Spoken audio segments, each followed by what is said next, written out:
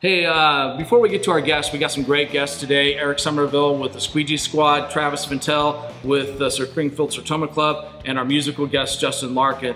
But before we get to that, I want to do our little quick 5 things you need to know right now. And so here's 5 real quick things. And these are about the spring application, early springtime stuff. So here's the 5 things you need to know. There's no chemical way to prevent broadleaf weeds. Broadleaf weeds are like dandelions, tinbit, chickweed, and they pop up in your lawn on occasion, but there's no way to prevent those with any kind of chemical. So that's one thing I want you all to know. The second thing I want you to know is that the first application for lawn care companies is that it can be done anytime between like February 20th and April 15th. Everybody thinks that they're late when it doesn't get done until April 10th. That's not late. It doesn't make a difference if we put that first application down on March 1st or April 15th. It does the exact same thing for your lawn. So that's one thing we'd really like you to know. The third thing I'd like y'all to know is that all lawn companies, not just Classic Lawns, we all have a route. We try to work smarter and not harder. It makes no sense to crisscross all over the city trying to get things done. It wastes gas and time, and it makes us very inefficient. So we do our best work in some kind of route order.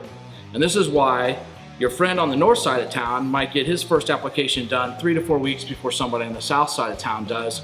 But it's like I said, it doesn't make a difference. As long as it's done in that window, it can be done. That's always the right time. The fourth thing we'd like you to know about springtime is that with limited exceptions, you're wasting your time trying to seed your lawn in the spring. For one, we're putting down a pre-emergent, which, oh, that's a bad word, Carrie, don't say that.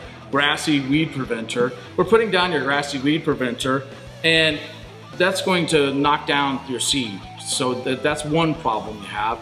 The other problem we have with spring seeding is that it almost always fails, because you put that seed down and it comes up and it looks great in April and May and even through June possibly.